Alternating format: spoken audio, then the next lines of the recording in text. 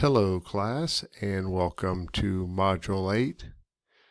In this module we will be focusing on our thoughts and emotions. We'll be looking at intuition and we will also be looking at our emotions, what we do with our emotions, how we handle our emotions, with the goal of remembering to respond instead of react, and how that influences our decisions and influences people in leadership positions.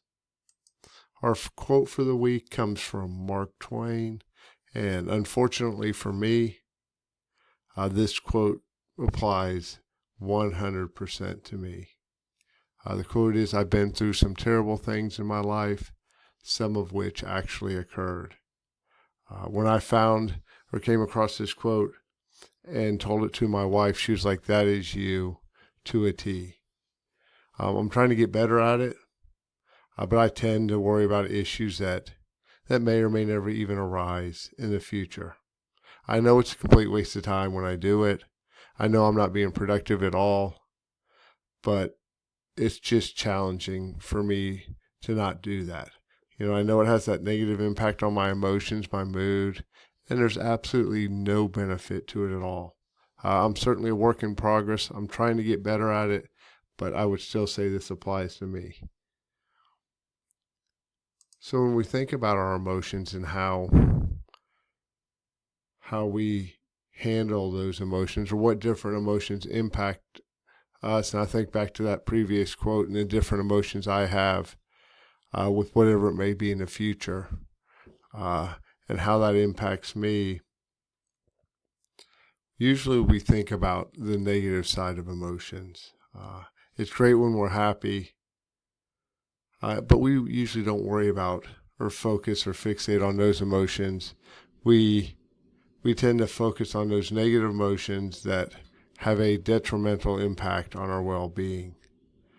I found a good article where the author talks about the most common negative emotions that we experience in the workplace or in life in general are frustration and irritation, worry, nervousness, anger, aggravation, dislike, and then disappointment and unhappiness.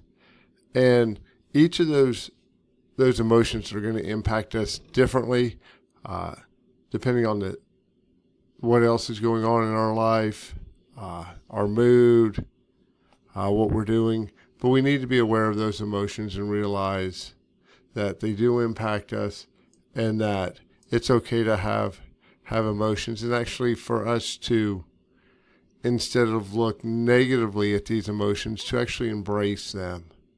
Unfortunately, though, many of us have been trained to box up our emotions. Now we're beginning to realize, hey, wait a second, maybe that's not the best approach.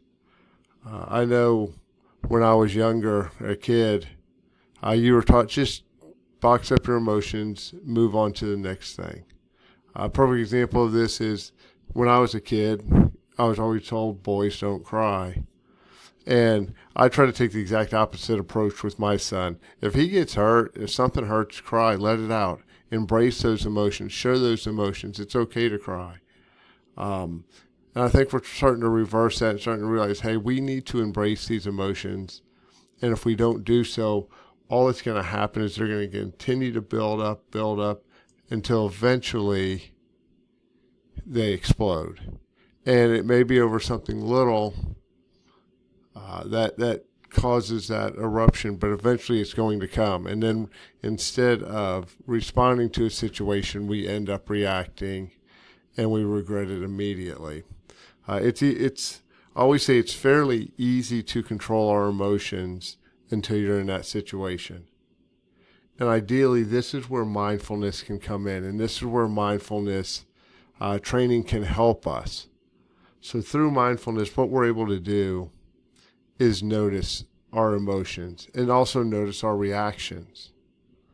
I'm sure if you asked a friend, a significant other, hey, how do I respond under stress? I guarantee you they probably could say, oh, this is what you normally do. I know for me, if I'm watching a Tennessee football game and I'm getting stressed, I usually drink a lot of water and I talk constantly. And I'll pace around. I'm sure my wife would say the exact same thing. So when we're feeling stress, we're feeling some of these reactions coming on, become aware of how those influence our actions and how they influence who we are in that moment. And I'll think about that all the time, watching Tennessee, and try to just pause, take a breath, and come back to the present. Have clarity, and learn to just cope with our feelings and not become overwhelmed or controlled by them. Again, easier said than done. It starts with feeling our emotions, and notice how those emotions make us feel. Obviously, a lot of us, can start to tense up once we feel nervous. Usually, when we have emotions, they appear in our body first. So, by being present, by having clarity, we can begin to feel our emotions in our body before we actually are in the middle of some type of emotional issue. And then also begin to understand the conditioning, for me, Tennessee football or any sport. The people, it could be your coworkers, it could be whatever, any events that trigger certain emotions, and just have a better understanding of okay, I know this is going to be a stressful situation, or I know I have a big meeting, a big presentation, but just relax. Know the emotions are going to be there, but embrace them. Use that as your fuel to get through the situation, or actually embrace the situation. A really good mindfulness technique to use is called the Rome exercise. And the first thing you do is you recognize when you're stressed. I'm going to speak at my daughter's school here in a few weeks. I know I'm going to be stressed when I go there. And when I go in there, I'm gonna realize, hey, I'm stressed, and just what that feels like. Next, I'm going to notice my surroundings and try to ground myself, try to have clarity, and then actually allow what is there to be there. Notice how I feel physically and mentally, and then move forward with wisdom and actually respond. So I'm going to get in that environment. I'm going to be nervous. You know you're going to be nervous. But just be open to your surroundings. Find a way to ground yourself. Embrace those emotions. And then, based on that, move on. And it's amazing how that's helped me in the past. I'm not a big public speaking person, but sometimes I have to do that. And when I do it, I try to follow this approach. Realize I'm going to be stressed, and just try to relax in that environment, calm myself down, notice how I'm feeling, and then try to move forward with clarity and focus. The next topic we're going to be looking at is intuition, and this gut feeling that we have, and the idea that we need to listen to what our bodies are telling us. I'm sure we all could sit around and talk about different times in our lives where we followed that intuition and it was right. Usually our bodies are calling us to do things or telling us what to do if we're just willing to listen to them. And that can be challenging when we don't have clarity, we're not focused, we're not in the present. But if we take that time, just listen to your body, it will help guide us through difficult situations. So as we've discussed these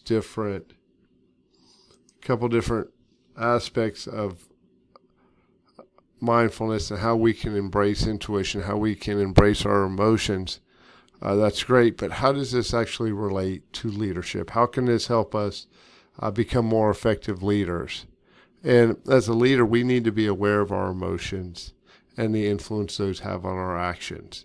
And through mindfulness, through being able to be present, through having clarity and focus, we're able to to explore our emotions, realize where they're coming from, and respond instead of react. We can also begin to understand what conditioning, people, and events trigger certain emotions, and be aware of that and try to limit that, or try to make sure that we have clarity when we go to those situations. And then we can also bring our heart, bring our emotions to the situation and approach with kindness, with curiosity. And the more familiar that we get with our emotions, the better we are to understand ourselves and also the behaviors of others. Because if I'm emotional, more than likely the other person will be emotional as well. So just to be aware of that, to realize that it's okay to have our emotions, to embrace our emotions. Don't bottle them up, but find a way to work with our emotions instead of against those. And as we wrap up this module, I want us to realize it's okay to have emotions, and realize we should have our emotions. We should embrace those emotions, and we should become aware of how those emotions influence our actions, and in doing so, learn to respond and not let our emotions dictate or influence our actions. And again, that sounds super easy to do until we're in a situation where our emotions may get the best of us. So next time you're starting to feel your body tense up or you're getting emotional, take a second, calm down, relax, take a purposeful pause, whatever it may be, to clear your mind and respond instead of react.